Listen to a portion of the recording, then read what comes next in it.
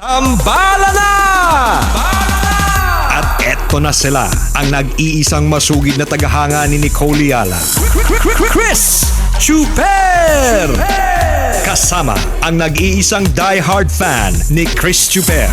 Nicole Yala! Mula sa Mahiwagang Burnay, ang kwento.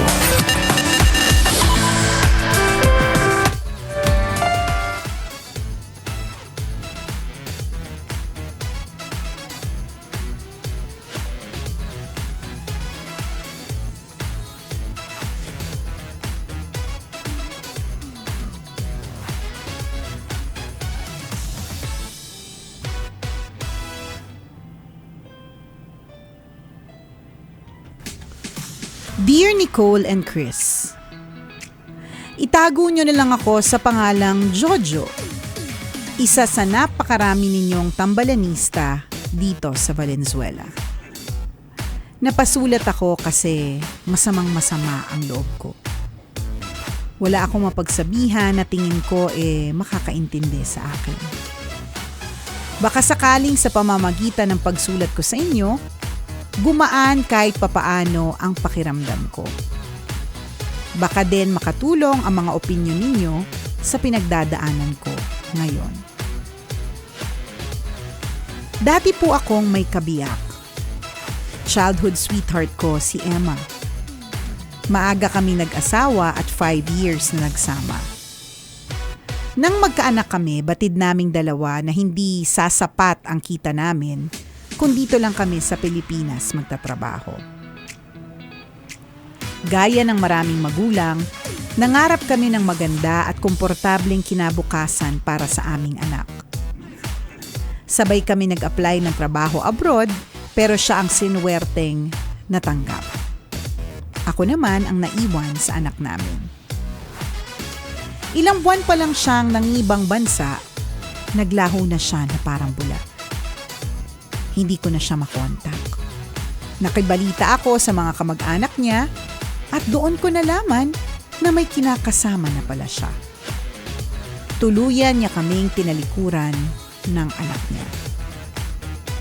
Napakasakit pero kailangan kong tanggapin. Tumayo akong ama at ina sa anak ko. Hindi ako namili ng trabaho. Basta marangal, sinusunggaban ko para maitaguyod ko ang mga pangangailangan ng bata. Nagbunga naman ang lahat ng pagsisikap naming mag-ama. Nakapagtapos siya ng kolehiyo at ngayon ay may maayos na trabaho na. Sa katunayan, bumukod na siya ng tirahan. Suportado ko ang kagustuhan niyang maging independent. Madalas naman niya akong dalawin kaya ayos lang. Noong nakaraang linggo, dinalaw niya ako gaya ng nakagawian niya. May sorpresa daw siya. Laking gulat ko nang dumating siyang kasama ang nanay niya. Nagdilem ang paligid. Bumalik ang mapait na alaala ng pag-iwan niya sa amin ng walang paalam, ilang dekada na ang nakakaraan. Naalala ko ulit na hindi man lang siya nagdalawang isip bago niya kami ipinagpalit sa lalaki niya. Nanumbalik ang maraming taon ng paghihirap at pangungulila. Binasag ko ang nakabibinging katahimikan nang sabihin kong yun na ang una at huling pagtungtong ni Emma sa pamamahay ko. Sinabi ko rin na mas mabuti kung noong mga oras na yon ay umalis na siya. Umalis siya ng luhaan. Hinabol siya ng anak ko. Galit sa akin ang anak ko ngayon. Bakit daw hindi ko mapatawad ang nanay niya? Bakit daw ayokong mabuong muli ang pamilya namin? Tambalan, bakit ganon? Bakit sa huli, parang ako pa ang mali sa mata ng anak ko? Bakit parang nakalimutan niya ang ginawa ng nanay niya sa amin? Bakit parang hindi niya maalala na sa mahabang panahon, kaming dalawa lang ang magkasama at kinaya naman namin. Hindi ko na kayang makasama si Emma sa iisang bubong. Paano ko ba ito ipaiintindi sa anak ko? Ayoko namang lumayo ang loob niya sa akin dahil dito. Salamat sa inyong payo. Ang inyong tambalanista, Jojo.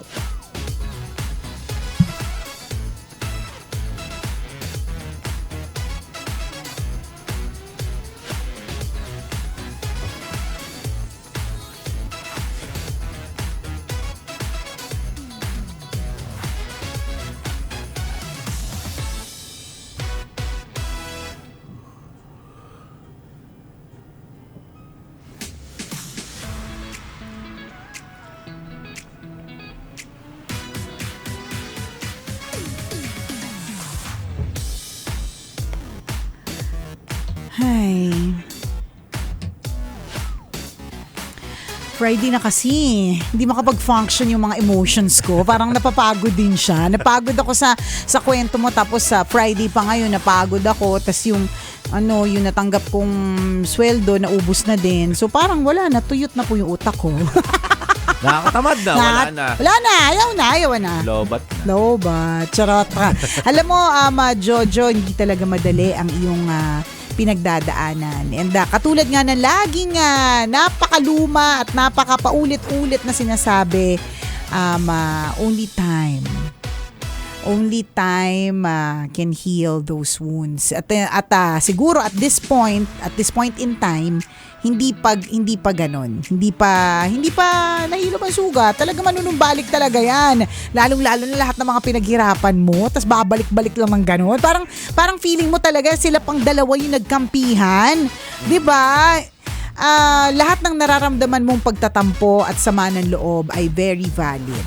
Yung nararamdaman din naman ng anak mo na pagtataka kung bakit hindi mapatawad, valid din naman yun kasi syempre natural lang naman para sa isang bata na mabuo yung kanyang pamilya, gusto naman niya talaga yun.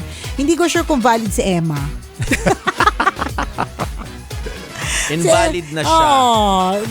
Hindi ko sure. Hindi ko lang sure talaga kay Emma, 'di ba? Hindi rin natin alam kung ano yung explanation ni Emma. Yun lang, yun siguro yung pwedeng kung bibigyan ng chance, siguro chance to explain and not necessarily to forgive immediately and to forget agad, ganun. And alam mo, yung anak mo malaki naman na siya. So, hindi na yan bata para hindi maintindihan yung nararamdaman mo ngayon. Kung hindi kanya kinakausap, kasi nagtatampo siya, hindi naman forever ang pagtatampo. Hindi naman yan naaabot ng maraming taon. And for sure, alam naman to ng lahat ng mga sumama sa kanilang mga single parents, nakita nila yan. Akala lang natin minsan, parang hindi na-appreciate ng mga anak natin yung ginagawa natin para sa kanila. May mga feeling tayo na, bakit ganun? Sobrang tindi ng buhos ng pagmamahal, tapos parang walang balik. 'Di ba? May mga ganun tayong feeling. Akala lang natin, hindi kasi lahat ng anak showy sa kanilang feelings, hindi lahat mabulaklak magsalita, hindi lahat showy, ganun. So akala mo lang, hindi na-appreciate ng anak mo lahat ng pinaghirapan mo, pero alam niya yun. Siguro lang, dahil nanay niya pa rin kasi talaga yun, gusto niya lang intindihin.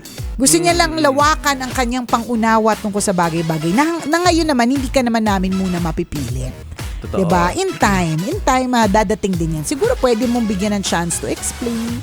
Ganon. Wag yung galit ka kaagad. Kasi kung tutuusin, tapos na naman eh. Naitaguyod mo na, actually, nakaka-proud ka na nga eh.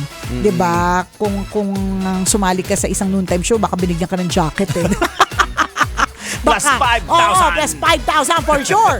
Di ba? Tsaka baka motor kung yung noontime show host medyo may sponsor nung araw na yon, di ba? Malay mo may kasama pang pangkabuhayan. Correct. Showcase. Hindi posible kasi very good talaga yung ginawa mo. Promise na hindi mo pinabayaan yung anak mo, tinaguyod mo, lumaki siyang maayos, natutong maging independent. Para sa akin, kapag ang isang anak ay natutong maging independent, ibig sabihin naturuan mo siya ng tama. Binigyan mo siya ng tamang values. Binigyan mo siya ng tamang skills.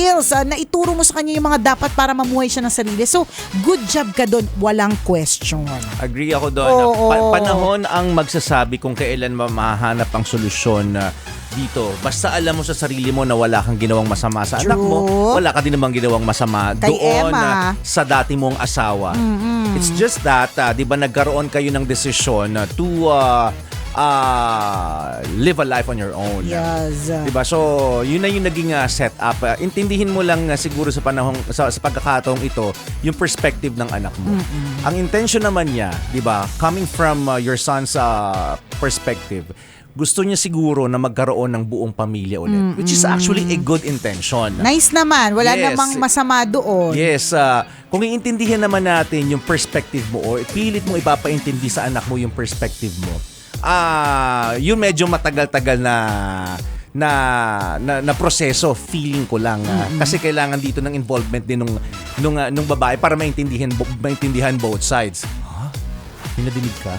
Na ano? Na Oo ano? nga, may nag-beep.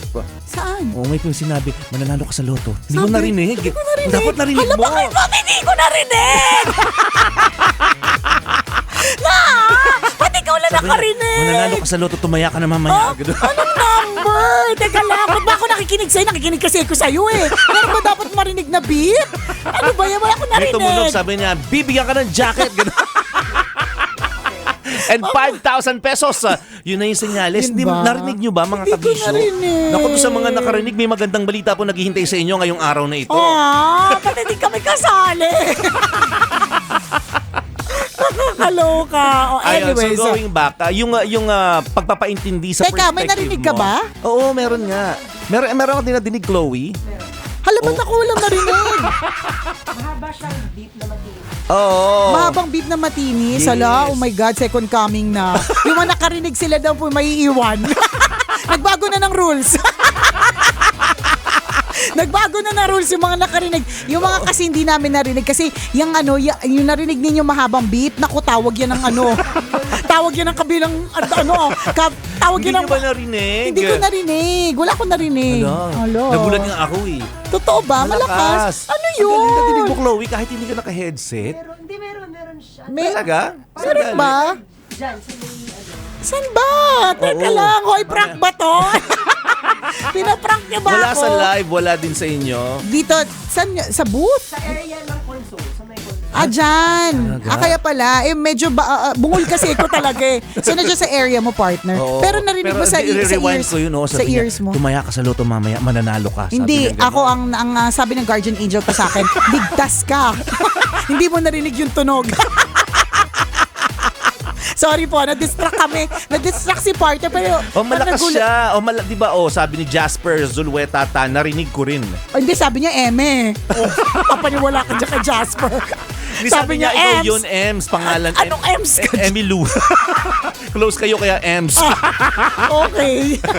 Narinig niyo po ba yung sinasabi ni Oo, partner? na-distract lang kami. Na-distract. O, syempre, balik. Okay, going back. So, Going back ka. kung ipapaintindi mo yung perspective mo sa anak mo, medyo mahaba-habang proseso yun kasi kailangan ng participation ng nanay niya. Na parang, tama naman yung sinasabi ng papa mo sa'yo na nagkaroon ako ng kasalanan sa kanya. So, medyo mahabang proseso. 'Di ba? So, Kasi nga, ang sa POV ng bata, ang iniisip niya ay kumpletong pamilya. Yes. So yung tinatry mong ipaintindi na hindi dapat ganon kasi ako lang ang nagtaguyod, Mas matagal iniwan yun. niya tayo, ganon. Baka hindi, ang sinasabi ni Hindi partner, agad. baka hindi niya Mas agad matagal. magets. Oo, baka hindi niya Oo. kaagad maintindihan yung part na yun. kaya sinasabi natin, panahon ang magsasabi. Sa'yo matagal, sa anak mo medyo mukhang madali-dali ng konti. Pero ito na lang pagpalubag sa loob mo, Jojo. Saludo kami sa'yo. Tama, sinimulan na ni Nicole ito. Saludo kami sa'yo. Ginagalang namin at talagang hinahangaan namin yung naging behavior mo sa anak mo. Correct. Isipin mo, bakit siya mabait sa nanay niya? Kasi hindi mo siniraan yung Yun nanay din. mo. Nanay niya sa kanya. sa kanya. Oo. Hindi Diba? kahit, Kasi kumbaga alam niya sigurong iniwan, pero hindi na yung maraming paninira. Kasi may mga iba dyan na pwedeng siraan eh. Sisiraan talaga yan. Alam mo yung nanay mo, manluloko talaga yan Oo. eh. Diba? Malandi kasi yung nanay mo, sumama sa iba, wala man lang paalam sa Ay akin. nako, yung Diba? nanay mo talaga pokpok ng taon, di ba? Pwedeng ganun yung mga sinabi pero Correct. hindi Kasi eh. kung yun ang case, hindi na mag-a-attempt yung anak mo na kontakin yung nanay niya. Oo, na kilalanin ang nanay niya. Correct. Nadalhin yung Diba? nanay niya pati sa'yo. Correct. So yung ganung klase ng behavior, kahanga-hanga yun, hindi mo pinalabas na masamang ina yung nanay niya. Diba? Kasi sa iba, sisiraan talaga yun, makuha mo lang yung amor ng anak mo. At dun pa lang, makikita kung gaano ka kagaling. Wala lang. Correct. Kasi, bakit namin to sinasabi? Kasi baka at this point in your life, bigla You're ka tuloy, feeling down. you're feeling down. May feeling ka siguro ngayon na, saan ako nagkamali? Parang tuloy, parang ang dami mong questions sa pagpapalaki sa anak mo. Kasi sa gitna ng lahat, nahanap pa yung nanay at yung nanay dinala pa sa'yo. Diba? Parang may feeling namin down na down ka dahil doon. Hindi eh. Kung titingnan mo sa ibang perspektibo, okay nga yun eh. Oo. Kasi madami kang naiturong tama din doon sa anak mo. Totoo yun. Yung sinasabi naming panahon na magsasabi, wait ka lang until ma-realize ng anak mo kung gaano kakabuting ama. Diba? Hindi na, tama din yung sinabi ni Porter kanina, hindi naman ibig sabihin nun, hindi ka na-appreciate ng anak mo. Darating yung time, ma-realize ng anak mo yung value mo bilang tatay. Correct. Kailangan pa bang i-memorize yan? Basic. Kailangan pa bang i-memorize yan? Love Radio. Basic!